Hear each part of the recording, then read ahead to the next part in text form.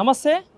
ఈరోజు జూబ్లీహిల్స్ నియోజకవర్గం సంబంధించిన రహమత్ నగర్ డివిజన్ సంబంధించి బూత్ కమిటీకి సంబంధించిన మీటింగ్ అయితే తెలంగాణ భవన్లో జరగడం జరిగింది. సో దానికి సంబంధించి మనతో పాటు మాట్లాడడానికి వెంగళరావు నగర్ సంబంధించిన కార్పొరేటర్ దేదీప్యారావు గారు ఉన్నారు. మేడం, ఈరోజు మీటింగ్ అయితే జరిగింది రహమత్ నగర్ డివిజన్ సంబంధించి. సో మరి ఎట్లా ఉంటుంది రాబోయే రోజుల్లో ఉప ఎన్నికకు సంబంధించిన హడావిడి మొత్తం మొదలవుతా ఉంది. ఇప్పటికే కాంగ్రెస్ పార్టీకి సంబంధించిన వాళ్ళు కూడా తిరుగుతూ ఉన్నారు.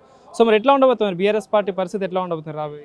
ఈ రోజు యావత్ కేవలం జూబ్లీహిల్స్ నియోజకవర్గమే కాదు, యావత్ రాష్ట్రం అంతా కూడా కాంగ్రెస్ పాలనలో ప్రజలు చాలా ఇబ్బంది పడుతున్నారు. అందరూ కూడా మళ్ళీ కేసీఆర్ గారు మా ముఖ్యమంత్రి అవ్వాలని కోరుకుంటున్న సందర్భాలు ప్రతి ఒక్కరికి ప్రతిరోజు మనకు కనిపిస్తూ ఉంది.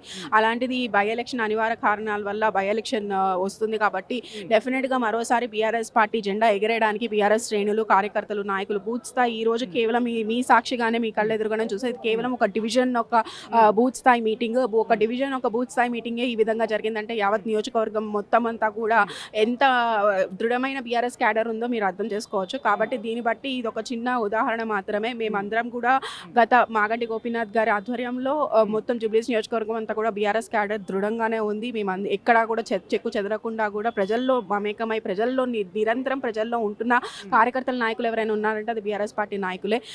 ఏ సమస్య వచ్చినా ఈ రోజు వాళ్ళు వాటర్ సమస్య కావచ్చు, సివరేజ్ సమస్యలు కావచ్చు, లేకపోతే అధికారులు స్పందించకపోవడం కావచ్చు, ఏ విషయంలోనైనా కూడా ఈ రోజు మేము ప్రజల పక్షాన నిలబడి, ప్రతిపక్షంలో ఉన్నా కూడా ప్రజల పక్షాన నిలబడి మేము కొట్లాడుతున్నాం ప్రజల కోసం. అలాగే 6 గ్యారంటీలు ఏదైతే కాంగ్రెస్ పార్టీ హామీలోకి తీసుకొస్తానని చెప్పిందో ఇప్పటి వరకు ఒక్క హామీ కూడా నెరవేర్చలేకపోవడం వల్ల కూడా ప్రజలు చాలా అసంతృప్తితో ఉన్నారు.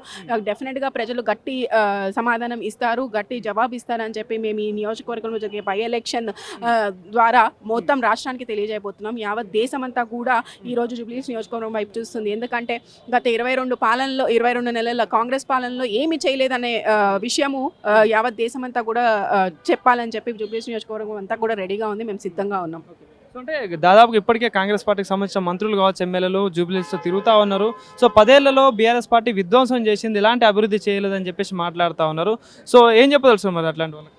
మేము ఒక్కటే చెప్తాం, జూబ్లీహిల్స్ నియోజకవర్గంలో వాడ రోడ్డు తెలిసి ఏం జరిగిందో, ఎంత అభివృద్ధి జరిగిందో, గత 10 సంవత్సరాల బీఆర్ఎస్ పార్టీ ప్రభుత్వం ఉన్నప్పుడు ఎంత అభివృద్ధి జరిగిందో, అలాగే సంక్షేమ పథకం, కేసీఆర్ గారి సంక్షేమ పథకాలు ప్రతి ఇంటింటికి అందిన వాళ్ళు ఉన్నారు. కాబట్టి ఆ సంక్షేమం అందుకున్న ప్రజలకి తెలుసు, అభివృద్ధి జరిగిన వాడలో ఉన్న ప్రజలకి తెలుసు. కాబట్టి వాళ్ళు ఎన్ని మాటలు మాట్లాడినా అది జరిగే పని కాదు. విమర్శించడం ఒక ఈజీ పని, మనకు నోటుకొచ్చినట్టు మాట్లాడడం చాలా ఈజీ పని, కానీ చేసి చూపించడం కేసీఆర్ గారి ప్రభుత్వంలోనే చేసి చూపించాం.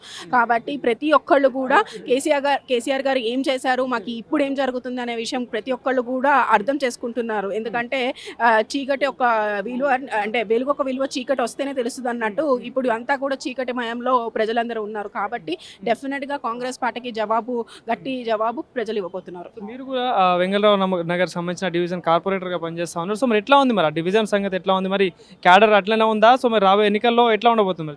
డెఫినెట్గా చెప్తున్నా కదండి, మాగంటి గోపీనాథ్ గారి ఆధ్వర్యంలో మేము ఏర్పరచిన కార్పొరేటర్లు కానీ, కార్యకర్తల నాయకులు కానీ అంతే దృఢంగా అంతే పట్టుగా ఉన్నారు.